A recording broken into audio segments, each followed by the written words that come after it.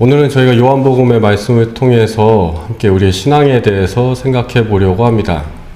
미랄이라는 소재를 가지고 예수님께서 말씀하셨던 유명한 말씀입니다. 씨앗이라는 소재는 요한복음뿐만 아니라 공관복음서에도 굉장히 많이 나옵니다. 특히나 마가복음 4장 같은 경우에는 씨앗에 관련된 여러 가지 비유가 나오죠.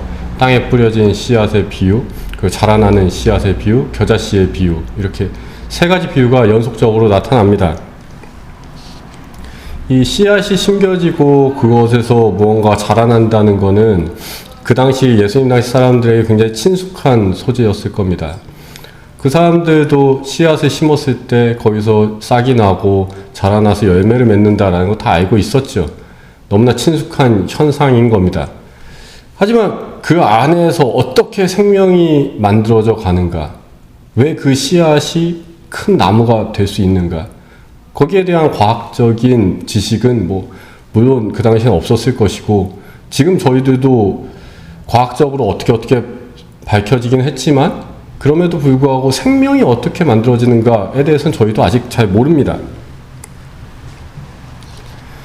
예수님께서는 그 부분, 우리가 잘 알 수 없는 그 생명에 대한 이야기, 그것을 통해서 하나님의 섭리가 그 안에 있고 하나님의 뜻이 그 안에 있음을 말씀하셨습니다. 원래 씨앗에 관련된 비유들은 그런 의미였을 것인데, 이게 초대교회 시대를 지나면서 여기에 또 한 가지의 의미가 덧붙게 됩니다.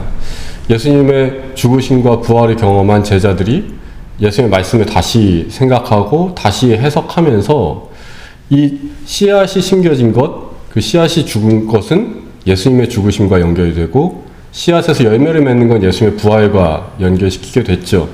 그래서 씨앗의 비유가 예수님이 죽음과 부활을 언급하신 거다라고 해석하게 된 겁니다. 그래서 오늘 요한복음의 본문은 그런 예수님의 부활이라는 이야기를 중심으로 하고 있습니다.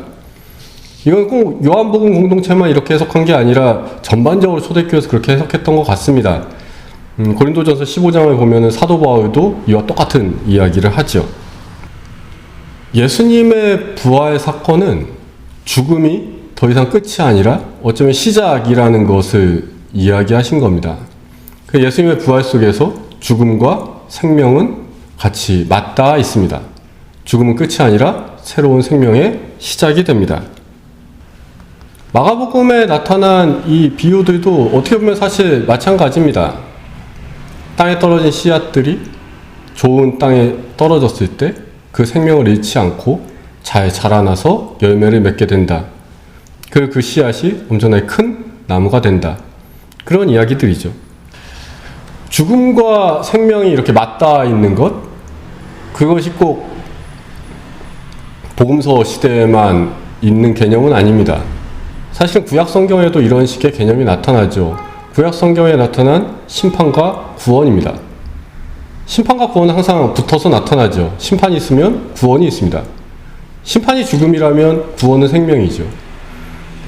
약간의 단어가 바뀐 것이지 기본적인 의미는 구약 성경 시대 때부터 계속해서 내려온 겁니다. 죽음과 생명이 연결되고, 죽음은 더 이상 그냥 죽음이 아니라 새로운 생명의 시작이 되는 겁니다. 지금 우리는 이 씨앗이 어떻게 자라나서 어떻게 나무가 되는지 과학적으로 찾아보면 다 찾을 수 있죠. 하지만 그 안에서 우리는 또 하나를 봅니다. 그 안에 하나님의 섭리가 있었고 하나님께서 이 자연을 순환시키시는 하나님의 이치가 있었다라는 것을 우리는 알고 있습니다. 그리고 그것을 믿고 있죠. 생명과 죽음이라는 이런 거창한 주제가 아니더라도 우리의 삶을 생각을 해보면 우리의 삶은 언제나 어려움도 있고, 또 그 어려움 끝에 그 일들이 다 풀려서 잘 되는 그런 삶을 우리는 계속해서 경험하고 있습니다. 그렇게 살아가고 있죠. 우리 삶에 어려운 일이 항상 있습니다. 힘든 일이 있고 멈출 때도 있습니다. 하지만 우리는 그 안에서 하나님께서 섭리하시고 하나님께서 도우시기에 결국 이 모든 것을 이겨내고 우리는 더 좋은 곳으로 나아갈 수 있다라고 믿지요.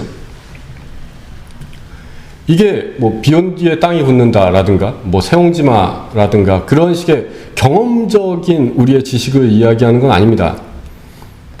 경험적인 지식으로 우리가 그냥 알고 있는 것에 대한 말씀이 아니라 우리가 어렵고 힘들 때 하나님께서는 우리 안에서 우리와 함께 하시고 우리의 삶을 섭리하셔서 우리는 좋은 곳으로 나갈 수 있다라는 건 우리의 믿음입니다. 그게 우리의 신앙이죠. 우리의 굉장히 중심적인 신앙인 겁니다. 내가 그런 경험을 했으니까 앞으로 또 그럴 거야 라는 게 아니라 내가 그런 경험을 못했을지라도 그리스도인들은 그걸 믿어야 된다는 겁니다. 지금 내가 어려울 때 나는 분명 하나님의 도우심을 받아 다시 일어설 수 있고 이 어려움 극복해 나갈 수 있다라고 믿어야 하는 겁니다. 그게 그리스도인의 신앙입니다.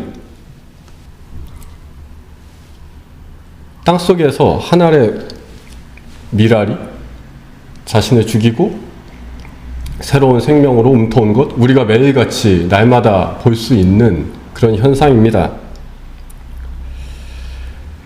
날마다 그 생명들이 움터오는 순간에 하나님은 그곳에 섭리하고 계시죠. 생명을 탄생시키시고 생명을 잉태시키시고 생명이 더욱더 커지도록 이끌어 가십니다.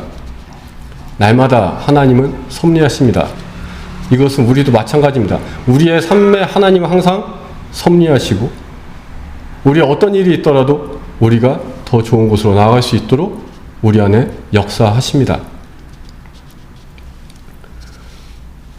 그걸 믿으시는 성도님들 되시기 바랍니다. 아는 게 아니라 내가 경험해봤으니까 아는 게 아니라 믿으시기 바랍니다. 그 믿음 우리가 보일 때에 우리가 그 믿음을 잃지 않을 때에 하나님께서 우리에게 날마다 희망을 주실 것이고 실제로 우리의 삶을 좋은 곳으로 이끌어 가실 겁니다.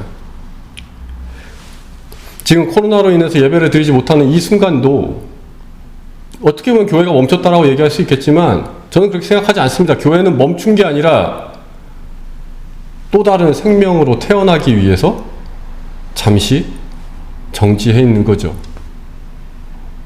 지금의 순간은 멈춰 있는 순간이 아니라 새로운 생명이 이루어지고 있는 순간이라는 것입니다. 그 준비 기간인 겁니다. 날마다 그 하나님의 섭리를 믿으시기에 하나님과 함께 하시고 그 하나님께서 우리 안에 운행하고 계심을 느끼시고 또 그 섭리하심 덕분에 작은 씨앗이 큰 나무가 되고 열매를 맺듯이 여러분 삶에서도 어떠한 일이 있더라도 그것 다 이겨내고 극복하고 또 다른 생명으로 나아가는 또 다른 기쁨으로 나아가는 그런 여러분 되시길 바랍니다. 여러분들 믿음 하나님께서 보시고 여러분과 늘 함께 하시며 여러분 도우실 줄 믿습니다. 그 믿음은 결코 흔들리지 않는 성도님 되시길 주님의 이름으로 축원합니다.